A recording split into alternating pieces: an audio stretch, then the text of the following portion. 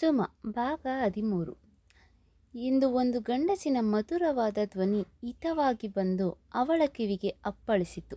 ಆ ಧ್ವನಿಯನ್ನು ಕೇಳುತ್ತಿದ್ದಂತೆ ಸುಮಾಳಿಗೆ ಏನೋ ಹಿತವಾದ ಫೀಲಿಂಗ್ ಆಗತೊಡಗಿ ನಿಧಾನವಾಗಿ ಫೋನ್ ಕಿವಿಗೆ ಹಿಡಿದುಕೊಂಡೇ ಸಾವಕಾಶವಾಗಿ ತನ್ನ ಬೆನ್ನನ್ನು ದಿಂಬಿಗೆ ಅನಸಿಕೊಂಡು ಕುಳಿತಳು.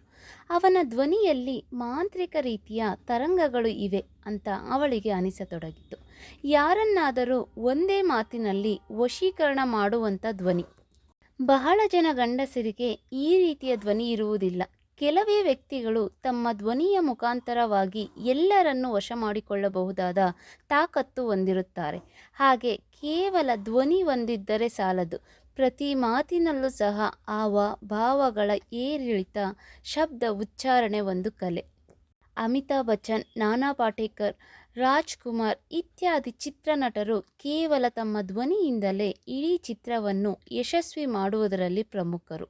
ಅಂತಹ ಧ್ವನಿ ಇದ್ದವರು ತುಂಬ ಕಡಿಮೆ. ಅಭಿ ಗಂಭೀರವಾಗಿ ಮಾತನಾಡಿದರೂ ಸಹ, ಅವನ ಮಾತಿನಲ್ಲಿ ಗಾಂಭೀರತೆ ಇದ್ದರೂ ಸಹ, ಅವನ ಆಡಿದ ವಾಯ್ಸ್ ಟೋನ್ ಗಮನಿಸಿದಾಗ ಅದನ್ನು ಕೇಳಿದ ಸುಮಾಳಿಗೆ ಒಂದು ಹಿತವಾದ ಭಾವನೆ ಆಗಿತ್ತು. ಚಳಿಗಾಲದಲ್ಲಿ ತನಗೆ ಎಲ್ಲಿಂದಲೋ ಬಿಸಿಯಾದ ಹಿತವಾದ ಗಾಳಿ ಬಡಿದ ರೀತಿಯಲ್ಲಿ ಅವಳಿಗೆ ಅನುಭವವಾಯಿತು. ಅವನ ಮಾತು ಕೇಳಿದ ಅವನು ತುಂಬ ಸೂಕ್ಷ್ಮ ಅಂತ ಅಂದುಕೊಂಡಳು. ಯಾಕೆಂದರೆ ತನ್ನ ಕಿವಿಯೋಲೆ ಗಂಟೆಯ ರೀತಿಯಲ್ಲಿ ಜೋತಾಡುತ್ತಿದ್ದವು.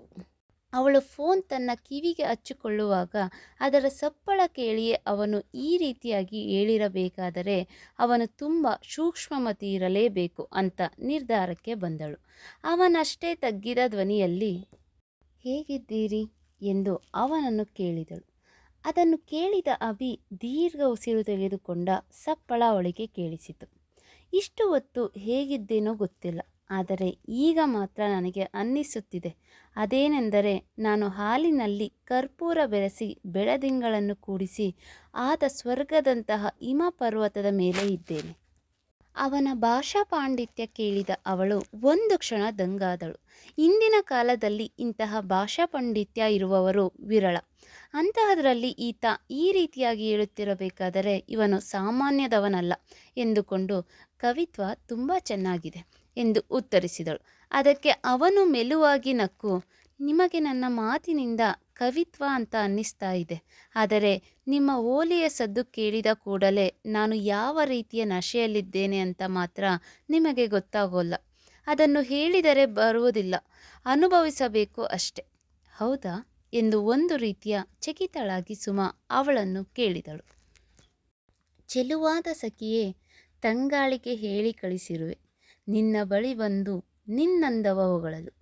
ನನ್ನ ಮನದಾಳದ ಮಾತುಗಳನ್ನೆಲ್ಲವನ್ನು ನಿನಗೆ ತಿಳಿಸಲೆಂದು. ಆದರೆ ತಂಗಾಳಿಯು ಮರಳಿ ಬರುವಂತೆ ಕಾಣುತ್ತಿದೆ. ನಿನ್ನಂದವ ಹೊಗಳಲು ಪದಗಳ ಸಾಲದಾದವು ಎನ್ನುತ್ತಿದೆ ಎಂದು ಹೇಳಿ ಸುಮ್ಮನಾದ. ಕೂಡಲೇ ಅವನ ಪದ್ಯ ರೂಪದ ಮಾತನ್ನು ಕೇಳಿದ ಸುಮಾ ಹಾಗೆ ಕಣ್ಣು ಮುಚ್ಚಿಕೊಂಡು ಇನ್ನೊಮ್ಮೆ ಅದನ್ನು ಅವನ ಬಾಯಿಂದ ಕೇಳಬೇಕೆನಿಸುತ್ತಿತ್ತು. ಕವಿತ್ವ ತುಂಬ ಚೆನ್ನಾಗಿದೆ, ಎಲ್ಲಿ ಇದನ್ನು ಪಡೆದುಕೊಂಡ್ರೆ? ಯಾವಾಗಲೋ ಓದಿದ್ದ ನೆನಪು, ಹಾಗೆ ನಿಮ್ಮ ಧ್ವನಿ ಕೇಳಿ ನೆನಪಾಯಿತು ಹೇಳಿದೆ.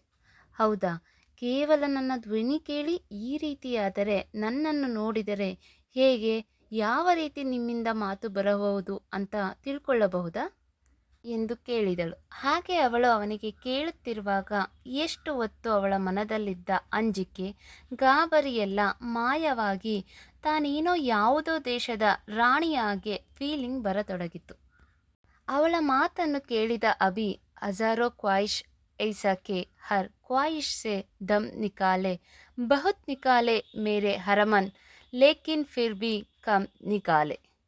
ಈ ಶಾಯರಿಯನ್ನು ಅವನ ಬಾಯಿಂದ ಕೇಳಿದ ಸುಮಾ ದಂಗಾದಳು. ಅವನಾಡಿದ ಪ್ರತಿ ಶಬ್ದದಲ್ಲಿ ಪರಿಪೂರ್ಣತೆ, ಪರಿಪಕ್ವತೆ ಎದ್ದು ಕಾಣುತ್ತಿತ್ತು. ಹೆಚ್ಚಾಗಿ ಹಿಂದಿ ಭಾಷೆ ಕನ್ನಡದವರು ಮಾತನಾಡುವ ರೀತಿಯಲ್ಲಿ ಸ್ವಲ್ಪವಾದರೂ ವ್ಯತ್ಯಾಸವಾಗಿ ಉಚ್ಚಾರಣೆ ಪೂರ್ತಿಯಾಗಿ ಸರಿಯಾಗಿ ಬರುವುದಿಲ್ಲ.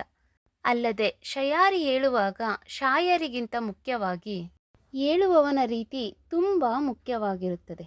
ಹೇಳುವ ರೀತಿಯಲ್ಲಿ ಭಾವನೆಗಳು ಬರುವಂತೆ ಮತ್ತು ಅವನ ಮಾತುಗಳು ಮನಸ್ಸಿಗೆ ನಾಟುವಂತೆ ಪರಿಕಲ್ಪಿಸಿಕೊಂಡು ಹೇಳುವುದು ಒಂದು ಕಲೆ. ಅದೇ ರೀತಿಯಾಗಿ ಅಭಿ ಮಿರ್ಜಾ ಗಾಲಿಬನ ಶಾಯರಿಯನ್ನು ಅವಳಿಗೆ ಹೇಳಿದಾಗ ಅದನ್ನು ಕೇಳಿದ ಅವಳು ಅಚ್ಚರಿಗೊಂಡಿದ್ದಳು. ಅವಳಿಗೆ ಅಭಿಯ ಮುಂದೆ ತಾನು ಏನೂ ಅಲ್ಲ ಅಂತ ಅನ್ನಿಸತೊಡಗಿತು. ನಿಧಾನವಾಗಿ, ಈ ರೀತಿಯಾಗಿ ಶಾಯರಿ ಹೇಳುವುದು ನೀವು ಎಲ್ಲಿ ಕಲಿತಿರಿ?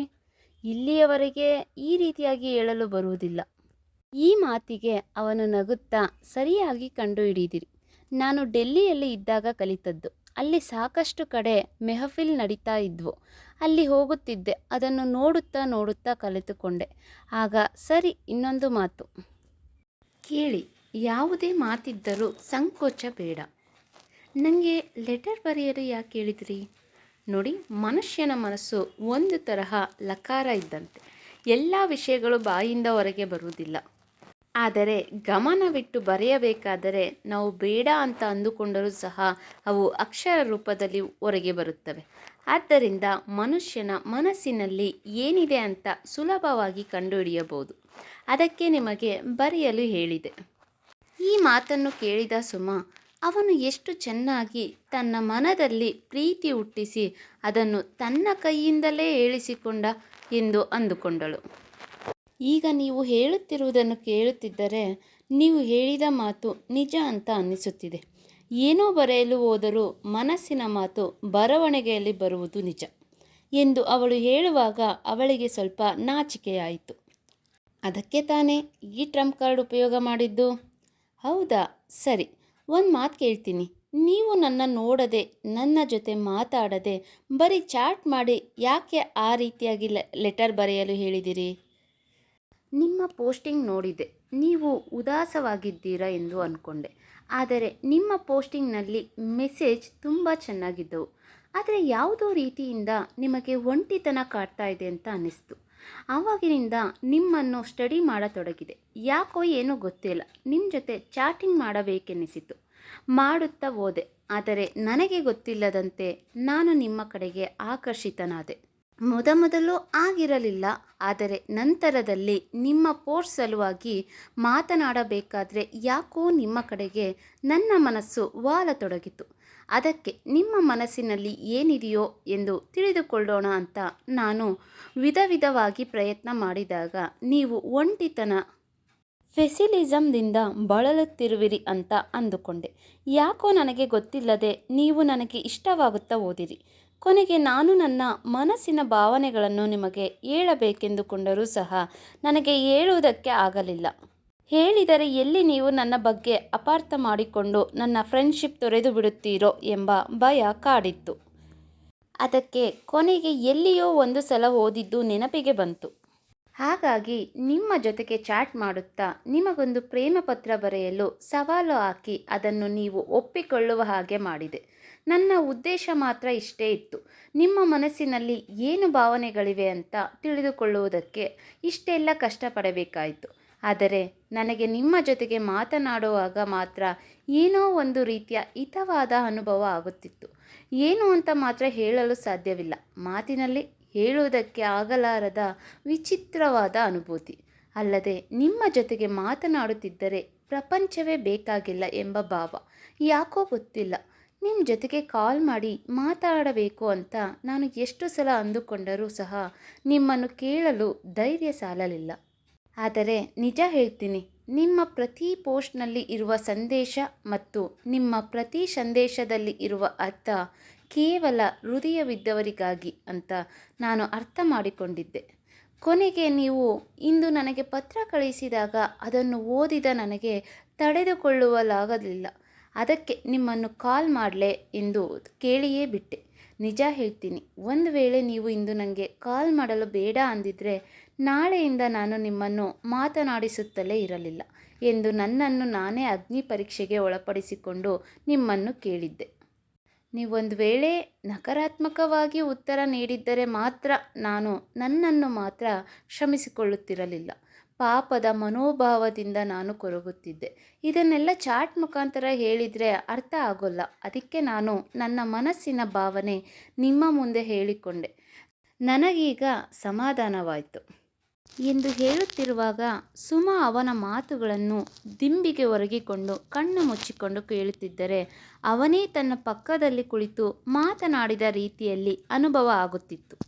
ತನಗೆ ಯಾರೋ ಆಸರೆ ಇರದ ವೇಳೆಯಲ್ಲಿ ಆಸರೆಯಾಗಿ ಬಂದವನಂತೆ ಅಭಿ ಮಾತನಾಡುತ್ತಿದ್ದ. ಅವನ ಮಾತಿನಲ್ಲಿ ತಾನು ಸುರಕ್ಷಿತ ಎಂಬ ಭಾವನೆ ಅವಳಿಗೆ ಬರುತ್ತಿತ್ತು.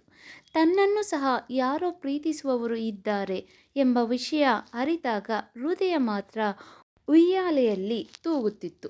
ಅವನು ಮಾತಾಡಿ ಮುಗಿಸಿದ ಮೇಲೆ, ಸುಮಾ, ನಿಮ್ಮ ಮಾತು ನಿಜ. ನನಗೆ ಯಾರೂ ಇಲ್ಲದೆ ಒಂಟಿತನದಿಂದ ಬಳಲುತ್ತಿದ್ದಾಗ ನನ್ನ ಒಂಟಿತನವನ್ನು ಹೋಗಲಾಡಿಸಿದವರು ನೀವು. ನನಗೆ ಗೊತ್ತಿಲ್ಲದೆ ಮೊದಮೊದಲು ಕೇವಲ ಟೈಮ್ ಪಾಸ್ ಅಂದುಕೊಂಡು ಚಾಟ್ ಮಾಡ್ತಿದ್ದೆ. ಆದರೆ ನೀವು ನನ್ನನ್ನು ಹಠಕ್ಕೆ ಕೆಡವಿದಾಗ ಸಹ ನನಗೆ ಯಾವುದೇ ಅಂತ ಹೇಳಿಕೊಳ್ಳುವಂಥ ಭಾವನೆ ಇರಲಿಲ್ಲ. ಆದರೆ ಮನಸ್ಸಿಟ್ಟು ಬರೆಯುತ್ತಿರುವಾಗ ನನಗೇ ಗೊತ್ತಿಲ್ಲದೆ ನನ್ನ ಹೃದಯ ತಾನಾಗೇ ಹೇಳಿದ ವಿಷಯ ಪತ್ರದಲ್ಲಿ ಬಂದಿದೆ. ನಾನು ಅದನ್ನು ಬರೆಯುವಾಗ ಮಾತ್ರ ನನಗೇನೂ ಗೊತ್ತಿರಲಿಲ್ಲ. ಆದರೆ ಬರೆಯುತ್ತಾ ಹೋದಂತೆ ನನಗೇನಾಯಿತು ಅಂತ ನನಗೆ ತಿಳಿಯಲಿಲ್ಲ. ಆದರೆ ಬರೆದು ಮುಗಿಸಿದ ಮೇಲೆ ನನಗನ್ನಿಸಿದ್ದು ಅಂದರೆ ನನಗೇನೋ ಆಗಿದೆ, ನನಗೆ ಏನೋ ಬೇಕಾಗಿದೆ ಅಂತ. ಆದರೆ ಇಷ್ಟು ದಿನ ಇಲ್ಲದ್ದು ಈಗ ಏಕೆ ಅಂತ ಆಸೆ ಬಂತು ಅಂತ ನನಗೆ ಗೊತ್ತಿಲ್ಲ. ನಾನು ಏನನ್ನೋ ಹುಡುಕುವಾಗ ಆಕಸ್ಮಿಕವಾಗಿ ಬಂದಿದ್ದು ಅಂತ ಅಂದ್ಕೊಂಡಿದ್ದೀನಿ ಎಂದು ಹೇಳಿ ಸುಮ್ಮನಾದಳು. ಅವಳ ಮಾತನ್ನು ಕೇಳುತ್ತಿದ್ದ ಅಭಿ, ನನಗೂ ಏನೋ ಹೇಳಲಾರದ ಅನುಭವ, ಆದರೆ ಹೇಳಲೇಬೇಕು ಎನ್ನುವ ತವಕ ತುಂಬ ಕಾಡುತ್ತಿತ್ತು. ಅದಕ್ಕೆ ಸಮಯ ಬೇಕಾಗಿತ್ತು. ಇಂದು ಆ ಸುದಿನ ಅಂತ ನಾನು ಅಂದ್ಕೊಳ್ತಿದ್ದೀನಿ. ಅಂದ ಹಾಗೆ ನಿಮಗೆ ಒಂದು ಮಾತು ಕೇಳ್ತೀನಿ, ತಪ್ಪು ತಿಳಿಬೇಡಿ. ನಿಮ್ಮ ವಾಯ್ಸ್ ತುಂಬ ರೊಮ್ಯಾಂಟಿಕ್ ಆಗಿದೆ. ಯಾಕೋ ನನಗೆ ನಿಮ್ಮ ವಾಯ್ಸ್ ಕೇಳುತ್ತಲೇ ಇರಬೇಕು ಅಂತ ಅನ್ನಿಸ್ತಾ ಇದೆ. ಹಾಗೆ ಮಾತಾಡಿ ಎಂದಾಗ ಅವಳಿಗೆ ತನ್ನ ವಾಯ್ಸ್ ಬಗ್ಗೆ ತನಗೆ ಅಭಿಮಾನ ಬಂತು. ಅದು ಅವನು ಹೇಳಿದ ಮೇಲೆ ತನ್ನ ವಾಯ್ಸ್ ತಾನೇ ಗಮನಿಸಿ ನೋಡಿದಳು. ಅವನ ಮಾತಿಗೆ ಅಭಿಮಾನದ ಜೊತೆಗೆ ನಗು ಸಹ ಬಂತು. ನಾನು ಎಷ್ಟಾದರೂ ಪ್ರಾಧ್ಯಾಪಕ ವೃತ್ತಿಯನ್ನು ಮಾಡುವವಳು. ನನಗೆ ಜೋರಾದ ಧ್ವನಿಯಲ್ಲಿ ಮಾತಾಡಿ ಅಭ್ಯಾಸ. ಇವತ್ತಷ್ಟೇ ಸಾವಕಾಶವಾಗಿ ಮಾತಾಡ್ತಿದ್ದೀನಿ. ಆ ವಿಷಯನೇ ಬೇರೆ, ಈ ವಿಷಯನೇ ಬೇರೆ. ಅದು ಮೆದುಳಿಗೆ ಕೆಲಸ ಕೊಟ್ಟು ಕಣ್ಣಿಂದ ನೋಡುತ್ತಾ ಮಾತನಾಡುವಾಗ ಅದೇ ರೀತಿಯಾಗಿ ಮಾತು ನಾವು ಬೇಡವೆಂದರೂ ಬರುತ್ತದೆ. ಆದರೆ ಇಲ್ಲಿ ಹೃದಯದ ಬಡಿತ ತಾನಾಗಿಯೇ ಮಾತಿನ ರೂಪವನ್ನು ಪಡೆದುಕೊಂಡು ಹೊರಗೆ ಬರುತ್ತವೆ. ಇಲ್ಲಿ ಯಾವುದೇ ಫಿಲ್ಟರ್ ಇರುವುದಿಲ್ಲ, ಸೆನ್ಸರ್ ಇರುವುದಿಲ್ಲ. ಹೃದಯಕ್ಕೆ ಅಸಲಿಗೆ ಯಾವುದೇ ನಿರ್ಬಂಧ ಇರುವುದಿಲ್ಲ. ಏನೇ ನಿರ್ಬಂಧ ಇದ್ದರೂ ಅದು ತಲೆ ಮತ್ತು ಬಾಯಿ ನಡುವೆ ಮಾತ್ರ ಇರುತ್ತೆ. ಹೌದು, ನೀವು ಹೇಳೋದು ಸರಿ. ನಿಮ್ಮ ಸಬ್ಜೆಕ್ಟ್ ಏನು? ಇಂಗ್ಲಿಷ್. ಓಹ್, ಆ ಲ್ಯಾಂಗ್ವೇಜ್ ರೊಮ್ಯಾಂಟಿಕ್ ಲ್ಯಾಂಗ್ವೇಜ್. ಇಂಗ್ಲೀಷ್ ಅಂದ್ರೇ ರೊಮ್ಯಾಂಟಿಕ್ ಆಗಿರುತ್ತೆ. ನೀವು ಆ ಲ್ಯಾಂಗ್ವೇಜ್ನಲ್ಲಿ ಪ್ರಭುತ್ವ ಪಡೆದುಕೊಂಡಿದ್ದೀರಾ. ಅದನ್ನು ಹೇಗೆ ಉಪಯೋಗ ಮಾಡಿಕೊಳ್ಳಬೇಕು ಅಂತ ನಿಮಗೆ ಚೆನ್ನಾಗಿ ಗೊತ್ತಿರೋದರಿಂದ ನಿಮ್ಮ ವಾಯ್ಸ್ ಕೇಳಿ ರೊಮ್ಯಾಂಟಿಕ್ ವೇವ್ಸ್ ಬರುತ್ತೆ. ಆದರೆ ಅದನ್ನು ಕಂಡುಹಿಡಿಬೇಕು ಅಷ್ಟೇ. ವಾಯ್ಸ್ ಫ್ರೀಕ್ವೆನ್ಸಿ ಸಹ ಒಂದು ರೀತಿಯಿಂದ ಮನುಷ್ಯನ ಬಗ್ಗೆ, ವ್ಯಕ್ತಿತ್ವದ ಬಗ್ಗೆ ತಿಳಿಸಿಕೊಡುತ್ತದೆ. ಗಡಸು ವಾಯ್ಸ್ದವರು ಸಾವಕಾಶವಾಗಿ ಮಾತನಾಡುತ್ತಿರುತ್ತಾರೆ. ಅವರು ಕೋಪಿಷ್ಠರು, ಹಠವಾದಿಗಳು ಅಂದುಕೊಂಡಿದ್ದನ್ನು ಸಾಧಿಸುವವರು ಆಗಿರುತ್ತಾರೆ. ಆದರೆ ಮನದಲ್ಲಿ ಮಾತ್ರ ಏನಿದೆ ಅಂತ ಯಾರಿಗೂ ಬಿಟ್ಟುಕೊಡುವುದಿಲ್ಲ. ನಗುತ್ತಾ ನಗಿಸುತ್ತಾ ಮಾತನಾಡಿಸೋ ಜನ ಮನಸ್ಸನ್ನು ಶುದ್ಧವಾಗಿಟ್ಟುಕೊಂಡಿರುತ್ತಾರೆ. ಅವರು ಯಾರಿಗೂ ಕೇಡು ಬಯಸುವುದಿಲ್ಲ. ಆದರೆ ಅವರ ಮನಸ್ಸು ಮಾತ್ರ ಮೃದುವಾಗಿರುತ್ತದೆ. ಇನ್ನು ಹೆಣ್ಣು ಮಕ್ಕಳ ವಿಷಯಕ್ಕೆ ಬರುವುದಾದರೆ, ನಗುತ್ತಾ ಮಾತನಾಡೋ ಹೆಣ್ಣು ಮಕ್ಕಳು ಸೀರಿಯಸ್ ಆಗಿ ಯೋಚನೆ ಮಾಡುವುದಿಲ್ಲ. ಒಂದು ಥರ ತರಲೆ ಇದ್ದಂಗೆ ಇರ್ತವೆ. ತುಂಬ ಸೀರಿಯಸ್ ಆಗಿ ಎಲ್ಲರನ್ನು ದಿಟ್ಟಿಸಿ ನೋಡುವ ಹೆಣ್ಣು ಮನದಲ್ಲಿ ಏನಾದರೊಂದು ಸ್ಕೆಚ್ ಹಾಕುತ್ತಾ ಇರ್ತಾರೆ. ಅಂಥವರಿಗೆ ಬೇರೆಯವರು ಸುಖವಾಗಿರುವುದು ನೋಡುವುದಕ್ಕೆ ಆಗೋಲ್ಲ. ಸುಖವಾಗಿರುವುದನ್ನು ನೋಡಿದರೆ ಅವರು ಅಲ್ಲಿ ಏನಾದರೂ ಹುಳಿ ಹಿಂಡುವ ಪ್ರಯತ್ನ ಮಾಡೇ ಮಾಡ್ತಾರೆ. ಇನ್ನು ಸುಮ್ಮನೆ ಸ್ಟೈಲಿಂಗ್ ಫೇಸ್ ಇದ್ದವರು ನೋಡಲಿಕ್ಕೆ ಸೀರಿಯಸ್ ಆಗಿ ಇದ್ದರೂ ಸಹ ತೂಕದಲ್ಲಿ ಮಾತನಾಡುತ್ತಾರೆ. ಅವರು ನೋಡಲು ಎಷ್ಟು ಸಿಂಪಲ್ ಆಗಿ ಇರ್ತಾರೋ ಮನದಲ್ಲಿ ಅಷ್ಟೇ ರೊಮ್ಯಾಂಟಿಕ್ ಫೀಲಿಂಗ್ನಲ್ಲಿ ಇರುತ್ತಾರೆ.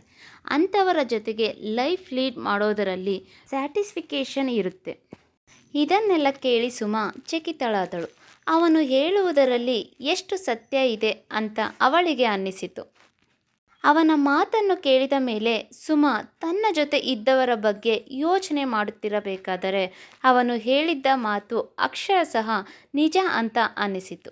ಅವನು ಹೇಳಿದ್ದ ಒಂದೊಂದು ಮಾತು ಅವಳಿಗೆ ನಿಜ ಅಂತ ಅನ್ನಿಸುತ್ತಿದ್ದವು. ಹೌದು, ನೀವು ಹೇಳಿದ್ದು ತುಂಬ ನಿಜ. ಒಂದು ಮಾತು, ನೀವು ಹೇಳಿದ ಕ್ಯಾಟಗರಿಯಲ್ಲಿ ಯಾವುದಕ್ಕೆ ಹೋಲಿಸುತ್ತೀರಿ? ಕಡೆಯದು. ಹೌದು, ನೀವು ಲಾಸ್ಟ್ ಹೇಳಿದ್ದೀನಲ್ಲ, ಅದೇ ಕ್ಯಾಟಗರಿ. ಅದನ್ನು ಕೇಳುತ್ತಲೇ ಸುಮಾಳಿಗೆ ಮೈ ಮೇಲೆಲ್ಲ ತಾವರೆ ಹೂವು ಬಿದ್ದಂತೆ ಆಯಿತು. ಏನೋ ಒಂದು ರೀತಿಯಲ್ಲಿ ಮೈಯೆಲ್ಲ ಬಿಸಿಯಾದಂತೆ ಅನ್ನಿಸತೊಡಗಿತು. ಅವಳು ಮಾತನಾಡುತ್ತಲೇ, ಉದಾಹರಣೆ ಕೊಡುತ್ತಲೇ ಒಂದು ರೀತಿಯಾಗಿ ರೊಮ್ಯಾಂಟಿಕ್ ಆಗಿ ಮಾತನಾಡುತ್ತಿದ್ದಾರೆ. ಅದನ್ನು ಕೇಳುತ್ತಿದ್ದ ಸುಮಾ ಮಾತ್ರ ಮಂಜಿನಂತೆ ತನಗರಿವಿಲ್ಲದೆ ಕರಗುತ್ತಿದ್ದಳು. ಕಥೆಯ ಮುಂದಿನ ಭಾಗ ಮುಂದುವರಿಯುವುದು.